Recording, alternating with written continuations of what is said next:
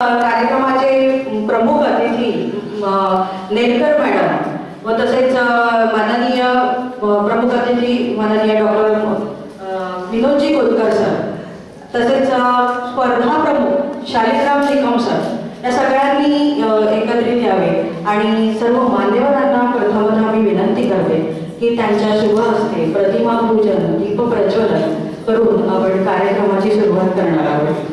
सर्व मान्यवर आपल्या शुभ हस्ते दीप प्रज्वलन आणि नटराजाचे पूजन करीत आहेत। माननीय डॉक्टर मीनाक्षी करंबळकर मॅडम यांना पण विनंती करते की त्यांनी पण सर्व मान्यवरांच्या शुभ तसेच आदरणीय शुभांगी वहिनी साहेब डॉक्टर शुभांगी पूर्णपत्र मॅडम तुम्हाला विनंती की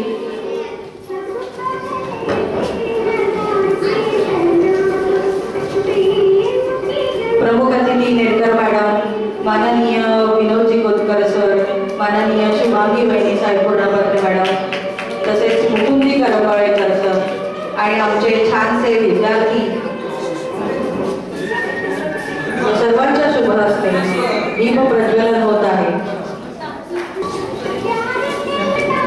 तसेच सर्व परीक्षक गण माफ करा मी तुमचं नाव घ्यायचं विसरले, सर्व सन्माननीय तीनही परीक्षकांना माझी विनंती आहे की त्यांनी पण दीप प्रज्वलनासाठी पुढे यावे।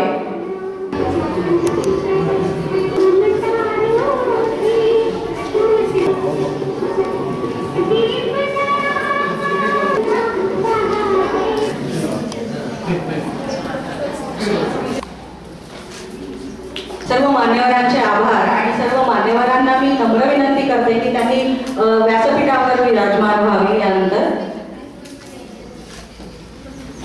या भव्य सभागृहामध्ये मी सुवर्णा कुलकर्णी शब्द सुमनांनी मनपूर्वक स्वागत करते। आज 23 फेब्रुवारी आज रोजी रंगगंध कलासंस्था न्यासची सुप्रतिष्ठित अशी पूज्य पुरुषोत्तम दार्वेकर स्मृती मराठी साहित्य जागतिक अभिवाचन महोत्सव 2024च्या अंतिम फेरीचं साने गुरुजी भवन चाळीसगाव येथे शुभारंभ होत आहे। या महोत्सवाचे हे 21वे वर्ष आहे। अतिशय प्रदीर्घ अशी 21 वर्षांची वाटचाल या महोत्सवाची आहे। या प्रसंगी मी सर्व मान्यवरांना विनंती करते, मान्यवरांचे पुनश्च एकदा मनपूर्वक स्वागत करते व तदनंतर अतिथी देवो भव या उक्तीप्रमाणे आपण सर्व मान्यवरांचे प्रथमतः स्वागत करणार आहोत। सर्वप्रथम आजच्या कार्यक्रमाच्या प्रमुख अतिथी माननीय नेरकर मॅडम यांचं स्वागत आपण करणार आहोत, पण त्यासाठी त्यांचा थोडक्यात परिचय मी अगोदर करते। माननीय मॅडम यांचं संपूर्ण नाव आहे कविता चंद्रशेखर नेरकर पवार। त्यांचं शिक्षण MSc इलेक्ट्रॉनिक्स मधून त्यांनी पूर्ण केलेलं आहे आणि त्यांचं मूळ गाव नाशिक हे आहे। मॅडमांनी MPSC राज्यसेवाद्वारे सन 2009 मध्ये पोलीस उप अधीक्षक या त्यांची निवड झाली होती। त्यानंतर त्यांची वाटचाल सुरूच आहे। उप अधीक्षक या पदावरून त्या आता सद्यस्थितीमध्ये अपर पोलीस अधीक्षक म्हणून अंबेजोगाई जिल्हा बीड येथे सेवा कार्यरत आहे।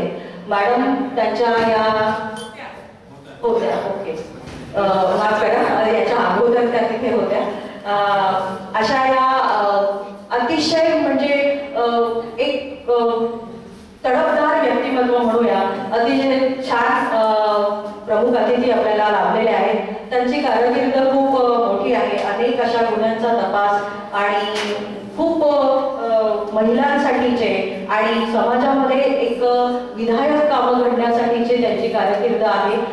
अशा या माननीय मॅडम यांचा सत्कार मी विनंती करते की आदरणीय डॉक्टर मुकुंदजी करंबळकर सरांनी त्याच्या शुभ हस्ते करावा। माननीय नेरकर मॅडम यांचा सत्कार होत आहे।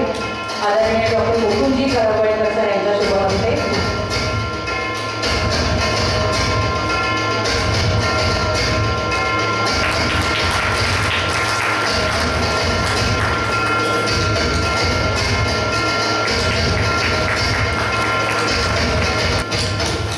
धन्यवाद सर, धन्यवाद मॅडम. यानंतरचे प्रमुख अतिथी जे आपल्याला सगळ्यांना सुपरिचित आहेतच, माननीय डॉक्टर विनोद खोतकर सर. याचा थोडक्यात मी परिचय सुरुवातीला करते. डॉक्टर विनोद खोतकर यांचे संपूर्ण नाव डॉक्टर विनोद मुरलीधर खोतकर असे आहे. हे स्त्रीरोग प्रसूतीशास्त्र तज्ज्ञ असून आई हॉस्पिटल या संस्थेचे इथे ते अध्यक्ष म्हणून, आई फाउंडेशनचे अध्यक्ष म्हणून सेवा कार्यरत आहेत. तसेच चाळीसगाव एज्युकेशन सोसायटीमध्ये सलग 2दा ते सचिव पदावर त्यांची अतिशय छान निवड झालेली आहे.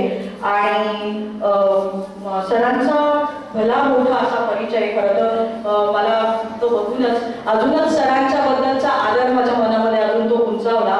अनेक अशा पुरस्कारांनी सरांना सन्मानित केलेलं आहे. जसं पुणे येथील वाणी समाजाच्या अधिवेशनामध्ये सरांना समाजरत्न पुरस्काराने सन्मानित केलेलं होतं. त्यानंतर समाज गौरव पुरस्कारानेही त्यांना सन्मानित केलं होतं.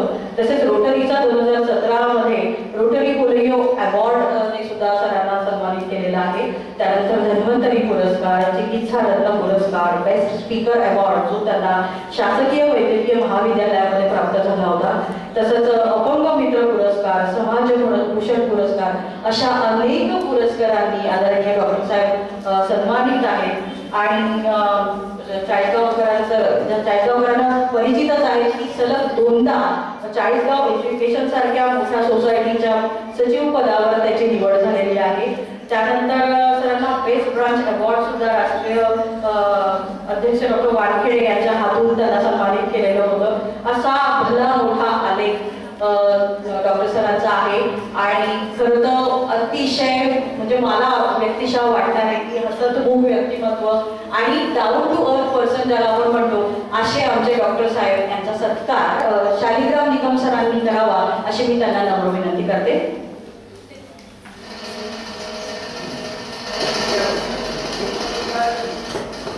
आपल्या दुसऱ्या प्रमुख अतिथी जे आहे आदरणीय संपदाताई, ते आपल्यामध्ये उपस्थित झाल्या आहेत.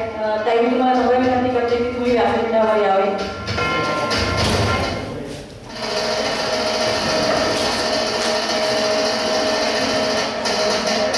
धन्यवाद सर, धन्यवाद मॅडम.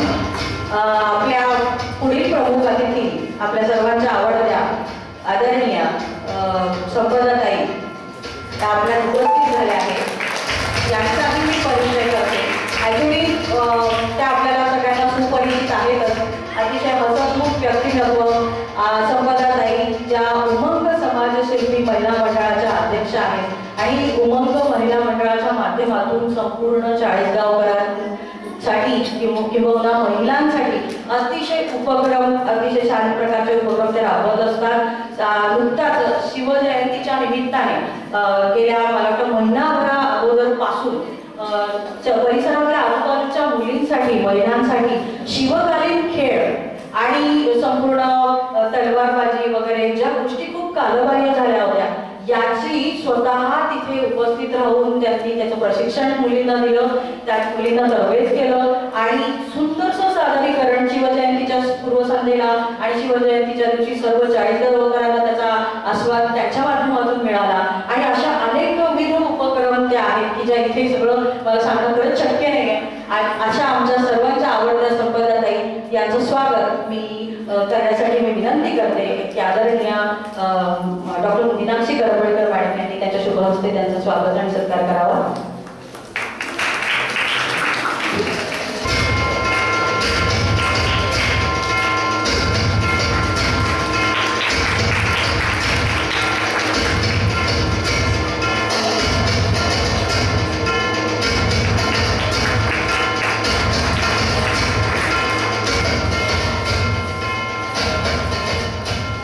धन्यवाद मॅडम. यानंतर खरं तर स्पर्धेसाठी अतिशय प्रमुख असे परीक्षकगण जे खूप आपल्याला छानसे दिग्गज रंगकर्मी आपल्याला लाभले आहेत, या परीक्षकगणांचाही स्वागत सत्कार आपण करणार आहोत. सर्वप्रथम रवींद्र दामोदर लागे, त्याचा थोडक्यात परिचय मी तुम्हाला असं वाटतं सर्व मान्यवरांनी कृपया बसावे का, कारण तुम्ही केव्हापासून उभे आहात, तर प्लीज सगळ्यांनी स्थानापन्न व्हावं. धन्यवाद. परीक्षक गणांमधून सर्वप्रथम जय रवींद्र दामोदर लागे. सगळा परिचय रंगकर्मी म्हणा. खूप मोठेपण आहे खरं तर परिचयामध्ये त्याचे इतकं सुंदर वर्णन आहे प्रत्येकाचं. आणि आता सरांचं लाखे सरांचं लेखनाचं बरंच वर्णन इथं आहे, पण त्यांच्या सांगितल्याप्रमाणे मी फारसा वेळ घेते कारण आपल्याला अभिवाचनाचे आस्वाद घ्यायचे आहे पुढे. तर आदरणीय लाखे सर यांना मी शब्दसुमनाने स्वागत करते आणि त्यांचं स्वागत करण्यासाठी माननीय पोद्दार सरांना मी विनंती करते की त्यांच्या शुभ हस्ते त्यांनी लाखे सरांचं स्वागत करावं. स्वागत सुरू असताना मी थोडक्यात त्यांच्याबद्दल सांगते की त्यांच्या अनेक कविता संग्रह प्रसिद्ध आहेत. त्यानंतर कादंबरी लेखन त्यांचं झालेलं आहे. विविध ठिकाणी त्यांनी परीक्षकांचं काम केलेलं आहे. असे दिग्गज रंगकर्मी असे परीक्षक आज आपल्याला लाभले. खरंच या सगळं अभिवाचन करणाऱ्या अभिवाचकांचं हे भाग्य आहे असं मला म्हणायला पाहिजे. आणि अशा चांगल्या व्यक्तींच्या संपर्कात आज आपण आपल्याला वेळ घालवायला मिळतोय. यानंतरचे दुसरे परीक्षक जे आहेत ते अनिल नरसिंहराव चनाखेकर सर यांचं सुद्धा अखिल भारतीय सर्वभाषीय नाट्य स्पर्धांमधून त्यांचा सहभाग आहे. असे दिग्गज रंगकर्मी यांचं स्वागत सन्माननीय शुभांगी वहिनी साहेबांनी त्यांचं स्वागत करावं असं मी त्यांना नम्र विनंती करते. आदरणीय डॉक्टर शुभांगी वहिनी साहेब त्यांच्या शुभ हस्ते नरसिंहराव चनाखेकर परीक्षकांचं स्वागत होत आहे. आदरणीय असे रंगकर्मी सुप्रसिद्ध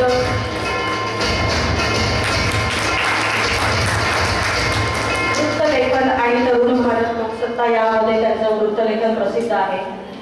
धन्यवाद सर. धन्यवाद मॅडम. यानंतर तिसरे परीक्षक गट जे आपल्यामध्ये उपस्थित आहे याचं नाव आहे विजय भालचंद्र राव करभाजन. हे परभणीहून आले आणि हे यांचं सुद्धा कारकीर्द खूप मोठी आहे. एकांकिका स्पर्धेमधून त्यांचा सहभाग आहे. राज्यस्तरीय अशा एकांकिका स्पर्धांमध्ये त्यांचा सहभाग आहे. असे दिग्गज रंगकर्मी यांचं स्वागत माननीय डॉक्टर समिता घाटे मॅडम यांनी त्यांच्या शुभ हस्ते त्याचं स्वागत करावं अशी मी त्यांना नम्र विनंती करते.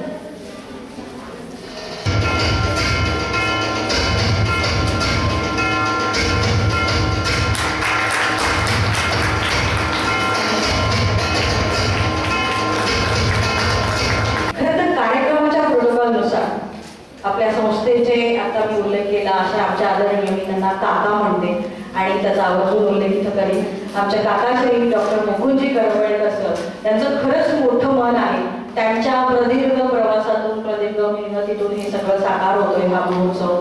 त्यांनी मला सांगितलं होतं की नको मला कुठलाही सत्कार वगैरे मला नको आहे, मी होस्ट आहे आणि मला हे सगळं करायचंय छान इतरांचं, मला नाही करायचंय सत्कार, पण मला व्यक्तिशः काकाचा सत्कार करावा व्हावा इथे असं वाटतंय. कारण की 21 वर्षांची प्रदीर्घ परंपरा आहे. हे छोटं मोठं काम नाहीये. खूप छोटासा कार्यक्रम जरी असला तर त्याच्या मागे बरंचसं नियोजन आपल्याला करायला लागतं आणि 21 वर्षांपासून हे सगळं उभारत इथपर्यंत ते आले. चाळीसगावकरांना अभिवाचनातलं महत्व किंवा अभिवाचन काय आहे हे सगळ्या महोत्सवाच्या माध्यमातून मला वाटतं सगळ्यांपर्यंत पोहोचलंय आणि याची याबद्दल खरं ते काम खूप मोठं आहे. मी खूप लहान आहे याबद्दल बोलणे इतपत पण मी मोठी नाही आहे, पण त्यांच्याबद्दलची एक कृतज्ञता व्यक्त व्हावी म्हणून एक छोटंसं पुस्तकाच्या माध्यमातून काकांचा सत्कार इथे व्हावा असं मला व्यक्तिशः वाटतंय. म्हणून मी आदरणीय डॉक्टर माननीय कोतकर सरांना विनंती करते की त्यांच्या शुभा तुम्ही आमच्या काकांना हे पुस्तकाची भेट द्यावी.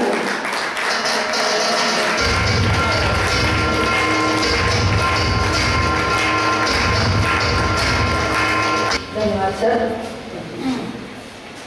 त्यानंतर मी आदरणीय करंबळकर काकांना विनंती करते की त्यांनी आपलं प्रास्ताविक सादर करावं.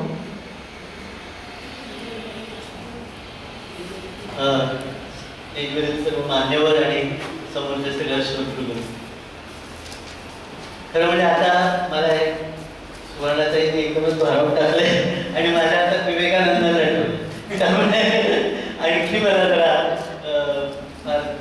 भारावल्यासारखे वाटते, जड झाल्यासारखे वाटते.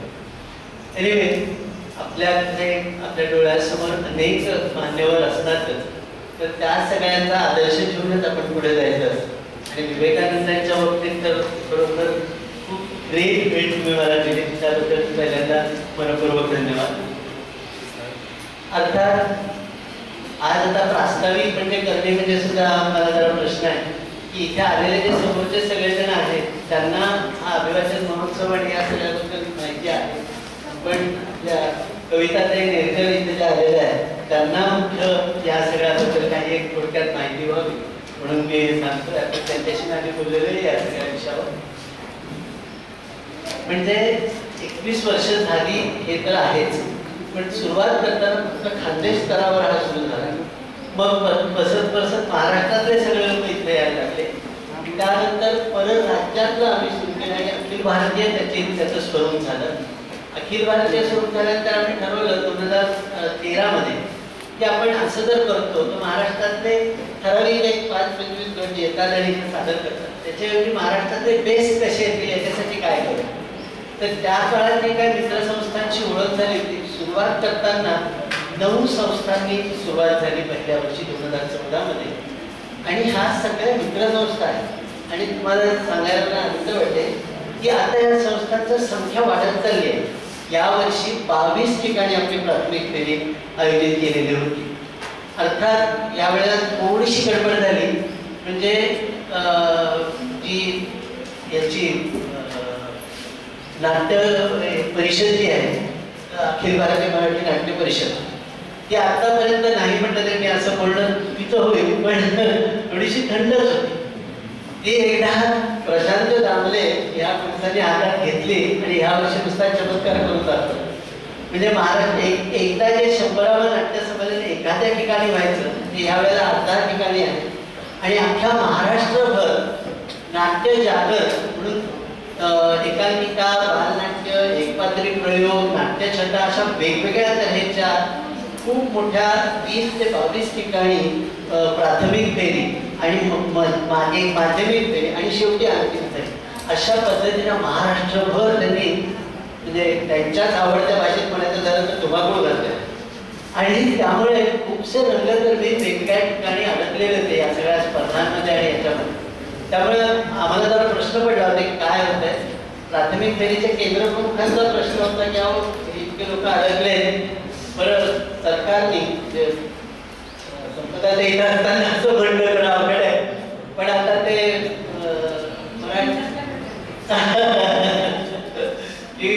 शिक्षकांच्या पाठीमागे वेगवेगळ्या तऱ्हेच्या गोष्टी लावून दिलेल्या होत्या की इलेक्शनची त्यांना हे बघायचं होतं, काही सर्वे करायचे होते, जरांगे पाटलांमुळे मागे लागलेला सर्वे होता आणि त्या सगळ्या शिक्षक लोक अडकलेले होते. आणि या सगळ्या ह्याच्यामध्ये आता ह्या स्पर्धेचं काय होणार असं आम्हाला काळजी वाटत होती. स्टील महाराष्ट्रातल्या 16 संस्थांनी 140 एकूण स्पर्धक संघांनी सहभागी, परराज्यातल्या आणि परदेशातल्या 5 संघांनी समावेश होता आणि त्याच्यातले 1 आणि याच्यातल्या 24 अशा 25 संघांची अंतिम फेरीसाठी निवड झाली.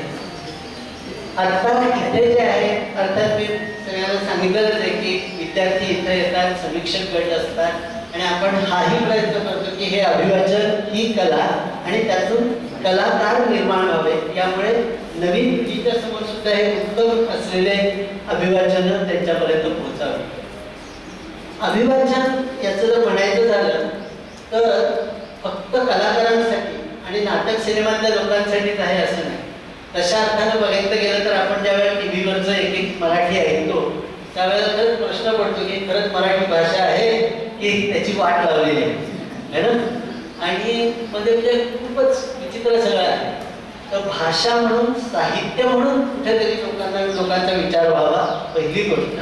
आणि दुसरी गोष्ट ते बोलताना, वाचताना, सांगताना, एकमेकाशी संवाद साधताना तो अधिक अर्थपूर्ण कसा होईल, शब्दांचे अर्थ तुमच्या उच्चारातून कसे व्यक्त होतील. कारण सॉरी टू से शाळांमध्ये तो मुख्य मंत्र हाच असतो, गप्प बस, बोलू देत नाही है ना. इथे आम्ही त्याच्यासाठी आलेल्या विद्यार्थ्यांना, विद्यार्थिनींना बोलायला मोकळं करतोय आणि त्या सगळ्या त्यांचे विचार मांडायला मोकळं करतोय आणि त्यातून खरोखर एक चांगला संवाद करू शकणारा नागरिक निर्माण व्हावा, हा त्याच्यामधला सगळ्यात महत्त्वाचा भाग आहे. चांगला संवाद झाला तर त्यामधून तुम्ही चांगला माणूस झाला तर अनेक वाद त्याच्यातूनच मिळतील असं आम्हाला वाटतं. आणि आज अर्थात कविता मॅडमना मुद्दामच मी बोलवलं कारण त्यांचा बायोडाटा आणि इकडे एक दोन ठिकाणी झाले त्यांचे व्याख्यानं बघता अतिशय संवेदनशील अशी व्यक्ती आपल्याला ॲडिशनल हिस्ट्री म्हणून मिळालेली आहे. त्यामुळे आपण त्यांचं परत एकदा टाळ्या वाजवून कडकडाटात आणि अर्थातच संपदाताई काय किंवा डॉक्टर विनोद कोलकर काय यांचंही सामाजिक काम हे सगळ्यांना माहिती आहे. त्यामुळे त्याच्यात मगाशी सांगितलेलं मी पुनरुक्ती करत नाही पण माणूस घडवणं माणसामध्ये संवाद होणं आणि चांगला माणूस व्हावा ह्यासाठी धडपड करणारी सगळीच माणसं इथं जमले. त्यामुळे मी आणि अधिक जास्त प्रस्तावना न करता तेच थांबतो. धन्यवाद. धन्यवाद सर. आदरणीय डॉक्टर विनोदजी कोलकर सर यांना माझी नम्र विनंती की त्यांचं मनोगत त्यांनी व्यक्त करावं.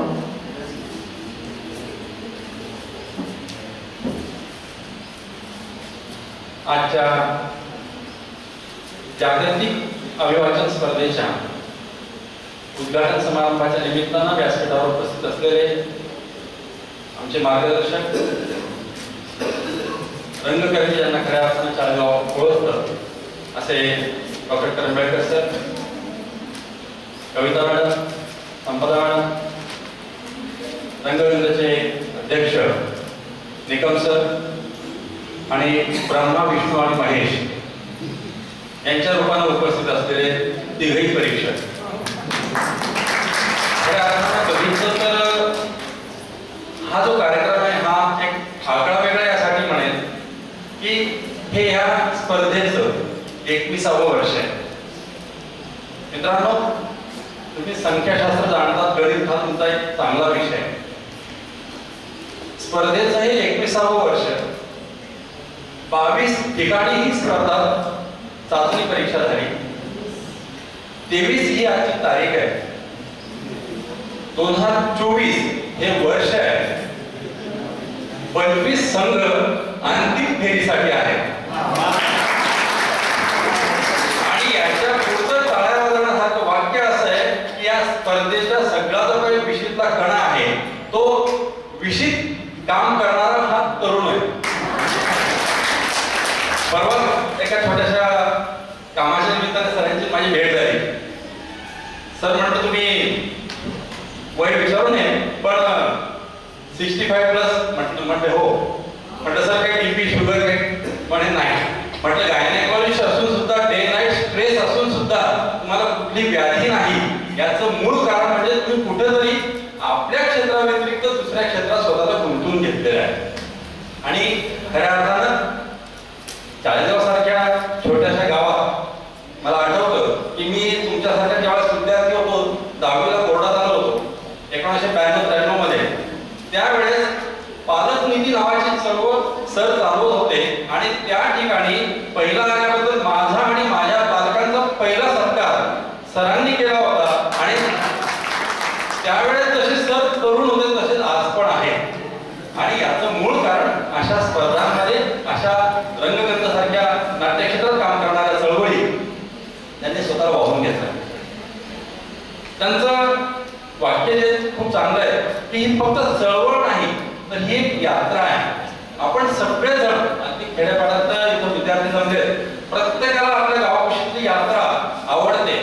तिथं मग अगदी चटपटी भेळ असेल, कचोरी असेल, समोसा असेल तिथपासून तर विविध प्रकारच्या पाण्यावर आपल्याला फिरायला मिळतं, खेळायला मिळतं. म्हणजे सगळ्या प्रकारचा आनंद देणारी ती यात्रा असते.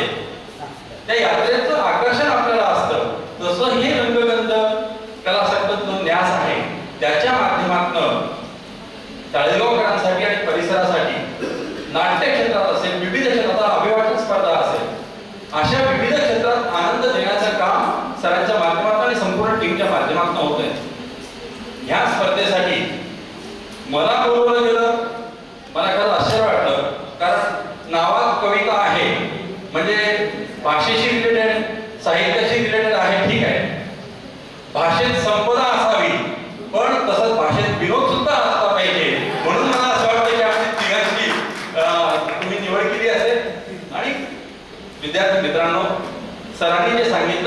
इथं फक्त कलाकार बनवणं हा उद्देश नाही, सर सामाजिक कार्यात खूप पुढे आहेत.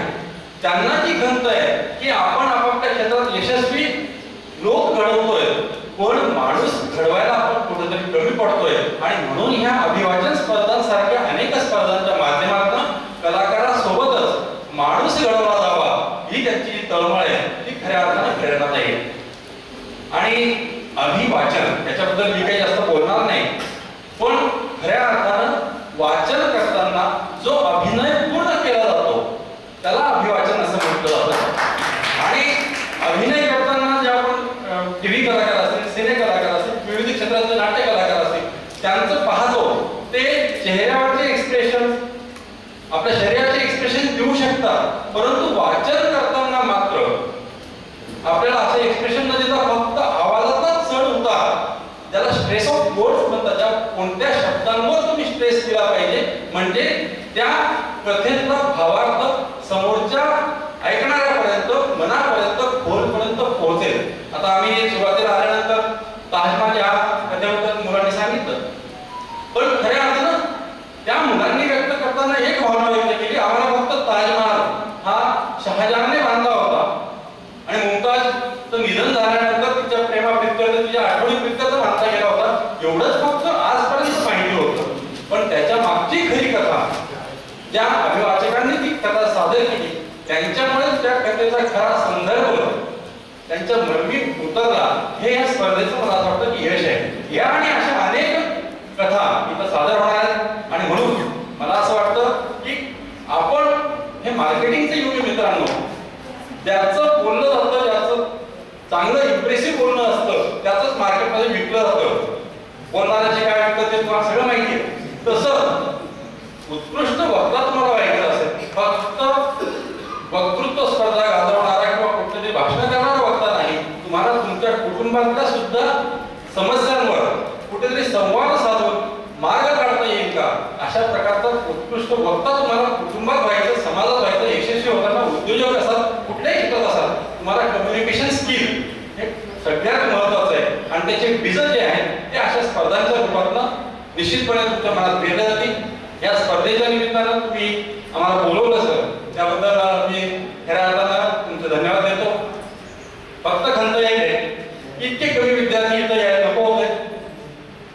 पॅटर्न मी ज्या संस्थेचा सचिव आहे तिथले विद्यार्थी जर दिसत नाही तर मी काळजी घेईन की आज, उद्या आणि परवा तिघही दिवस अधिकाधिक आमच्या शाळेचे विद्यार्थी इथपर्यंत पोहोचतील. कारण या स्पर्धेची जी ओढ आहे, ती तळमळ आहे, माणूस घडवणं.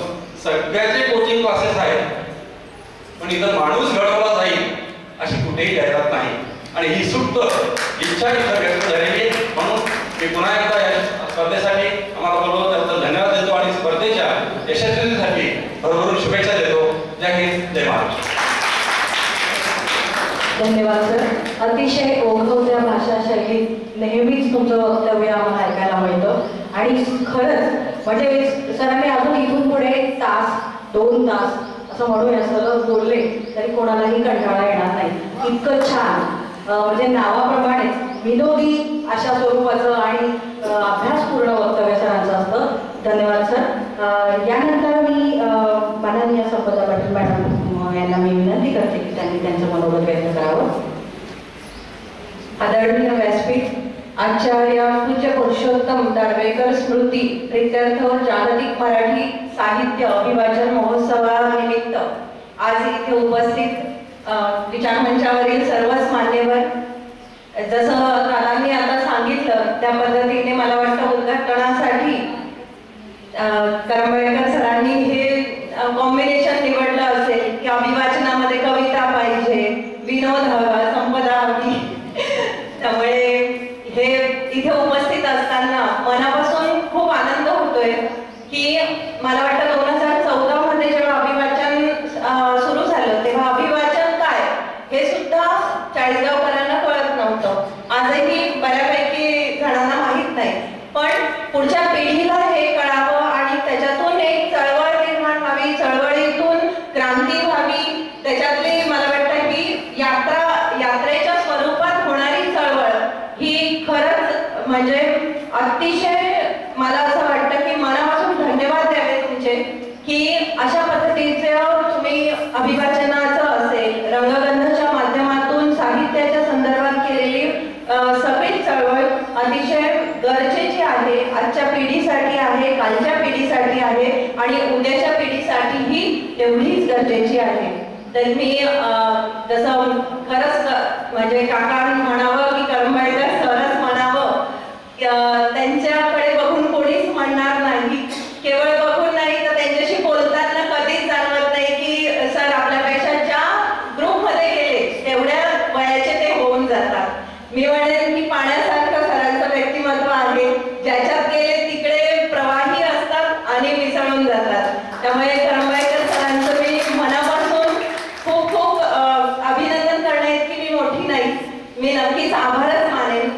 अभिवाचन स्पर्धेच्या निमित्ताने मला वाटतं हे जे विद्यार्थी आलेले आहेत या विद्यार्थ्यांचं मी खऱ्या अर्थाने कौतुक करते, कारण हजारो विद्यार्थी आहेत पण त्याच्यातले फक्त तुम्ही लोक आहात जे इथपर्यंत येऊ शकले, म्हणून तुमचं खरं कौतुक आहे की त्या सगळ्यामधून घडण्यासाठीचे हे लोक इथपर्यंत येऊन पोहोचले आहेत. मला वाटतं या सगळ्याचं प्रत्येकाला कळलं असेल, अभिवाचन स्पर्धा आहे, त्यानंतर घरी बोलणं झालं असेल, म्हणजे अभिवाचन स्पर्धा काय, कसं जाणार, कुठे जाणार, तिथून ते ह्या खुर्चीपर्यंत पोहोचणे आणि याच्यानंतर तुम्हाला प्रत्येकाला म्हणजे बक्षीस मिळेलच असं नाही, पण जे तुम्ही ह्या खुर्चीवर बसले हे बक्षिसापेक्षा कमी नाही, हे खरं पारितोषिक आहे की आज तुम्ही इथे येऊन पोहोचले आहात. त्यानंतर मी ह्या सगळ्या मंडळीच्या इथे या अभिवाचन स्पर्धेच्या निमित्ताने आलेले आहेत. मला वाटतं डॉक्टर्स बरेच आहेत, डॉक्टर्स सहसा वेळ काढत नाही, म्हणजे काढू शकत नाही, तो त्यांचा जेन्युइन रिझन असतं, पण तरी ते यासाठी उपस्थित आहेत. मला सगळ्या डॉक्टर्सचं मनापासून आणि इथे उपस्थित सर्व ज्येष्ठ मंडळींचं मनापासून आभार मानावेसे वाटतात की आपण सगळ्यांनी खरंच या चळवळीमध्ये येणे, याच्यासाठी प्रोत्साहन देणे, इथे आपली उपस्थिती खूप महत्त्वाची आणि गरजेची आहे. पोदार काका, निकम सर, मॅडम, हे सगळे लोक मला वाटतं ह्या सगळ्या सांस्कृतिक ठेवा जपण्यासाठी आपल्या 40 गावाला खरं तर भास्कराचार्यांचा ठेवा मिळाला आहे, शोधण्याचा शोध इथे लागलेला आहे. के मुसदारनासारखे जगविख्यात कलाकार इथे आहेत आणि तेव्हा कला ह्या 40 गावात कशा पद्धतीने वृत्तिंगत होईल त्यासाठी ही सगळी मंडळी काम करत आहे आणि म्हणून मी रंगगंधाच्या पूर्ण टीमचं मनापासून खूप खूप कौतुक करते, अभिनंदन करते, आभार मानते, धन्यवाद देते. सर मला वाटतं मराठी भाषा ही जवळजवळ लुप्त पावण्यासारखं वाटायला लागले अशी परिस्थिती आता झालेली आहे. जवळजवळ बरेच विद्यार्थी हे इंग्लिश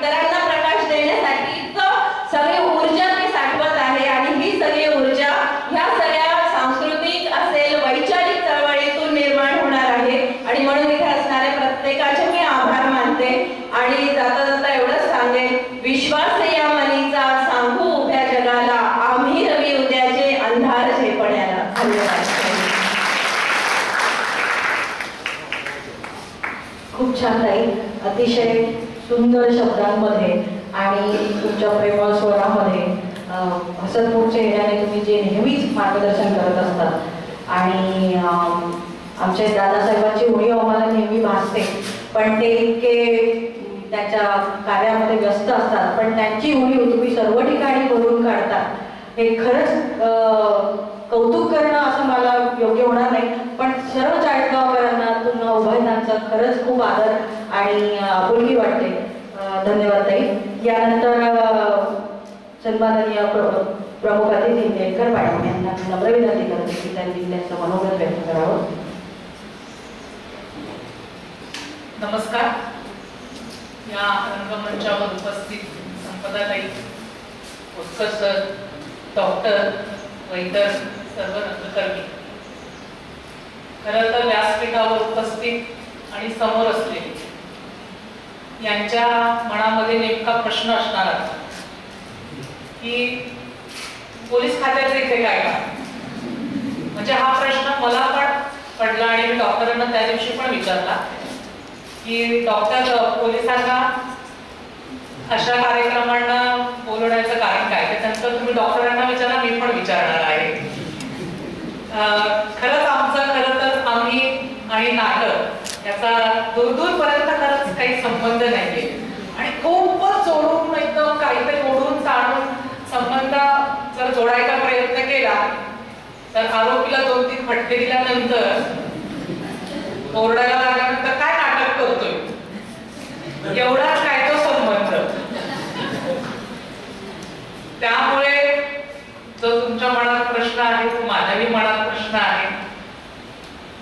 पण जेव्हा मी इथे आले आणि नुकतंच माझ्यामध्ये अभिवाचन संपलेलं होतं, मला ते ऐकायला मिळालं नाही, पण 2-3 विद्यार्थ्यांच्या जे त्यांनी समक्षण केलं, हे जे इथे बोलले, त्यातनं ते काय दर्जाचं असावं हे अभिवाचन, हे मला त्यांच्या समीक्षणातनं दिसलं. म्हणजे ते अभिवाचन त्यांच्यापर्यंत किती प्रभावीपणे पोहोचलं होतं हे त्यांच्या त्या बोलण्यातनं ते समजलं. मला वाटतं हे खरं यश आहे त्या अभिवाचनाचं. आणि ते विद्यार्थी जेव्हा तिथे त्या येऊन बोलत होते, मला असं वाटतं की ह्या व्यासपीठाचं हे खरं काम आहे की ह्या विद्यार्थ्यांमध्ये हा आत्मविश्वास निर्माण करणं, 4 लोकांसमोर तुम्हाला बोलता येणं, व्यक्त होता येणं, हे ह्या व्यासपीठाचं यश आहे असं मला वाटतं. मागे लिहिलेलं आहे, नाट्य चळवळ नाही तर काय आहे, संघर्ष यात्रा आहे. किती योग्य रीतीने ते लिहिलं गेलंय. आज जर तुम्ही बघाल तर वेगवेगळे मनोरंजनाची मल्टीप्लेक्स असेल, OTT असेल, भरपूर असे प्लॅटफॉर्म निर्माण झालेले. त्यामुळे हा रंगमंच हे कुठेतरी गुदमरतंय का, कुठेतरी ही चळवळ संपते का असं वाटतंय. पण मला असं वाटतं डॉक्टर, की एवढ्या छोट्या शहरामध्ये जर असे कार्यक्रम होत असतील तर मला वाटतं अजून पण कुठेतरी काय आहे, आशेचा किरण आहे. आणि हे जे मल्टीप्लेक्स आहे, OTT प्लॅटफॉर्म आहे, मला असं वाटतं एक गुडगुड आहे. हे काही वेळापुरतं आहे, पण मला वाटतं की जे गर्दी लोक आहेत, जे खरं आहे, एवढी छोटी मुलं इथे उपस्थित आहे. मला अपेक्षित नव्हतं ऍक्च्युली की ह्या कार्यक्रमाला ही मुलं उपस्थित राहतील. अजून पण कुठेतरी आशेचा किरण आहे. आणि मला माहिती आहे की जे OTT वर सध्या आहे, जे मल्टीप्लेक्सवर आहे, ते नाट्यगृहाकडे वळायला वेळ लागणार नाही. फक्त ही चळवळ आपण जिवंत ठेवली पाहिजे. ही जी यात्रा आहे ती अशीच सुरू ठेवली पाहिजे. आणि ही यात्रा इथेच न थांबता, मला असं वाटतं तर 40गाव न थांबता ती सगळीकडे छोटे शहर आहेत त्यामधनं ही उभी राहिली पाहिजे. त्यासाठी मला असं वाटतं की एक डॉक्टर आपल्याला पुरेसे नाहीयेत, असे 100 किंवा 1000 डॉक्टर निर्माण झाले पाहिजे. ते गावागावांमध्ये जाऊन अशी चळवळ ही जी आहे ती निर्माण करतील. कारण ह्या मुलांमध्ये खूप पोटेन्शियल आहे, या पिढीमध्ये पोटेन्शियल आहे.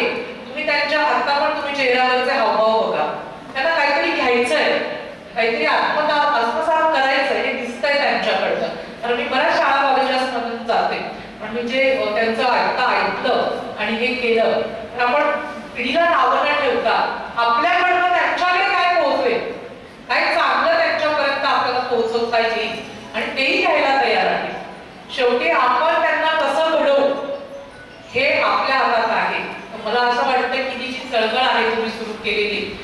छोट्या छोट्या शहरांमधनं जाऊ देत, ते जाऊ देत. आणि मला असं वाटतं की उज्ज्वल भविष्य आहे जे पुढे आहे, ते उज्ज्वल भविष्य आहे.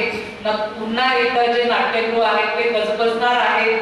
त्यांच्यामधली तिसरी घंटा जी आहे ती लवकरच वाजणार आहे आणि चांगले चांगले जे यातनं जे कलाकार पुढे तयार होणार आहेत ते रंगमंच गाजवतील आणि चांगल्या चांगल्या ज्या प्रतिकृती आहेत, चांगल्या हे ज्या आहेत त्या नक्कीच आपल्यापर्यंत पोहोचतील. आणि मग ह्या आपला इतिहास असेल, समाजाचं जे काही चित्र असेल पुन्हा आपल्याला या नाटकाच्या रूपाने आपल्याला दिसेल अशा शुभेच्छा व्यक्त करते. तुमच्या या कार्यक्रमाला खूप खूप शुभेच्छा देते. जसं डॉक्टरांनी सांगितलं की अजून शाळांनी याच्यामध्ये सहभागी झालं पाहिजे. आणि मला असं वाटतं की अशा कार्यक्रमांमधनं, जे डॉक्टर पण बोलले की अशा कार्यक्रमांमधनं आम्ही जे काही आता 2 शब्द बोलतोय, मला असं वाटतं असं व्यासपीठ कुठेतरी आम्हाला पण लहानपणी मिळालं होतं आणि त्यातच आम्ही पुढे आलो होतो. मला असं वाटतं की एवढ्या या हॉलपुरती हे मर्यादित न ठेवता हे कार्यक्रम जर शाळांमधनं झाले तर ते जास्त प्रभावीपणे अजून पोहोचतील. त्यासाठी प्रयत्न व्हावे असं वाटतं. तुम्ही मला इथे बोलावलं, मला इथे या मुलांशी तुमच्याशी संवाद साधण्याची संधी दिली, त्याबद्दल मी तुम्हा सगळ्यांचे खूप खूप आभार मानते. डॉक्टर, तुम्ही 40 गावांची नाडी खूप चांगली ओळखलेली आहे. ह्या त्याच्यावर तुम्ही उपाय पण चांगले करा, इलाजही चांगले करा अशा शुभेच्छा देते आणि थांबते. धन्यवाद. धन्यवाद मॅडम. अतिशय म्हणजे मला व्यक्तिशः तुमच्यासारखे व्यक्तिमत्व जेव्हा अशा लेडी ऑफिसर्स जेव्हा समोर येतात खरंच अभिमान वाटतो आणि खूप छान प्रेरणा आमच्या समोर बसलेल्या विद्यार्थ्यांना तुमच्या व्यक्तिमत्वामधून नक्कीच मिळते. तुमच्या बोलण्यातून नक्कीच त्यांना प्रेरणा मिळाली. धन्यवाद मॅडम. यानंतर मी आदरणीय शालिग्राम निकम सरांना विनंती करते की त्यांनी आभार व्यक्त करावे. नमस्कार. मी रंगगंधच्या वतीनं सर्वांना मनापासून शुभेच्छा देतो. आणि एक सांगावंसं वाटतं, आपण निसर्गाचे ट्रस्टी आहोत आणि निसर्गाने आपल्याला सुगंध पेरण्यासाठी या पृथ्वी तलावर पाठवलेला आहे. माणसानं असं काम करावं की त्याचं इतिहासात एक सोनेरी पान झालं पाहिजे. कोलंबस म्हणतात, कोलंबस अगर अपना रास्ता छोड़कर वापस लौट जाता तो उसे कोई याद नहीं करता, शायद उसे कोई याद नहीं करता.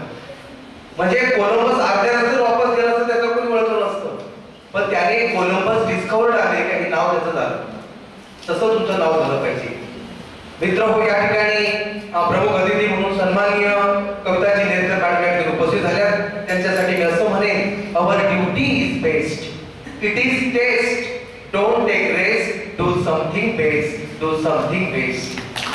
अशा प्रकारचं त्यांचं व्यक्तिमत्व आहे. आणि रंगगंधच्या माध्यमातून संपूर्ण भारतवर्षामध्ये मनुष्य निर्माण आणि राष्ट्र पुनरुत्थानाचं काम खऱ्या अर्थाने या ठिकाणी 40 नोकरीमध्ये केलं जात आहे. त्यानंतर दुसरे अतिथी आहेत संपदा पाटील मॅडम आहेत. तर त्यांच्यासाठी असं म्हणे, आत्मनिर्भर नारी आम्ही, आत्मनिर्भर नारी आम्ही, आमच्यासाठी खुले आकाश, पिढ्यानपिढ्याच्या तोडू शंकाला देऊ जगाला नवा प्रकाश, देऊ जगाला नवा प्रकाश. हे या ठिकाणी आमच्या विनंतीला मानून या ठिकाणी आला, त्यांनाही मनापासून धन्यवाद देतो. आदरणीय कविताजी नेत्र मॅडम या ठिकाणी उपस्थित झाले, त्यांनाही धन्यवाद देतो. आणि खऱ्या अर्थानं आईच्या वात्सल्य रूपानं डॉक्टर विनोदजी कोतकर या ठिकाणी जगात एकच न्यायालय असं आहे की जिथं सर्व गुन्हे माफ होतात, ते म्हणजे आई. आईचं वात्सल्य करण्याचं काम खऱ्या अर्थानं डॉक्टर विनोद कोतकरजी करत असतात आणि अतिशय सुंदरसे आपल्याला चांगल्या प्रकारचे धडे देत असतात. त्यांनाही मनापासून धन्यवाद देतो. आणि या कार्यक्रमाला खास करून तिघही परीक्षक डॉक्टरांनी सांगितलं की ब्रह्मा विष्णू महेश इथं असं म्हणे, तत्परता, तेजस्विता आणि तपस्विता हे 3 गुण त्यांच्या ठाई आहेत. ते निश्चित आपल्या चांगल्या प्रकारचे योगदान करतील. हेही या ठिकाणी उपस्थित झालं, त्यांनाही धन्यवाद देतो. आणि खऱ्या अर्थानं रंगगंधचे सर्वेस्वा संस्थापक अध्यक्ष सन्माननीय डॉक्टर करंबळकर हेही आपल्याला वेळ मार्गदर्शन करत असतात. तेही या ठिकाणी उपस्थित आहेत, त्यांनाही मनापासून धन्यवाद देतो. पुनश्च सर्वांचे मनापासून धन्यवाद. आणि या ठिकाणी हा उद्घाटन समारोह या ठिकाणी संपलेला आहे असं मी आयोजकांच्या वतीने सांगू इच्छितो. मनापासून धन्यवाद. अर्थात तुम्हाला बहुतेक जणांना माहिती असेल, महेश जोशी वेगवेगळ्या मालिकांमध्ये आणि अनेक वर्षांपासून रंगगंधाशी रिलेटेड आहे. तर आता आपलं जे साहित्य रंग हे काढतो त्याचं प्रकाशन आपण त्यांच्या हस्ते करूया. आपलं कल्याणचं केंद्र ते बघतात आणि साधारणपणे किती 21 वर्षापैकी कमीत कमी हे 10 वेळा तरी येऊन त्यांनी अभिवाचन सादर केलेलं आहे.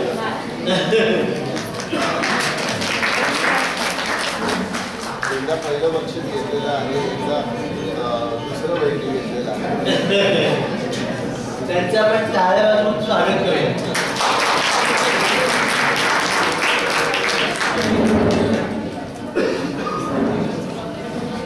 आपण हे साहित्य रंग नावाची पुस्तिका दरवेळेला परीक्षक म्हणजे मला सांगायला अभिमान वाटतो आपल्या स्पर्धेमध्ये दरवेळेला एकूण तरी सेलिब्रिटीज असतात. त्यावेळेला योगेश केळकर होते, भालेकर येऊन गेले.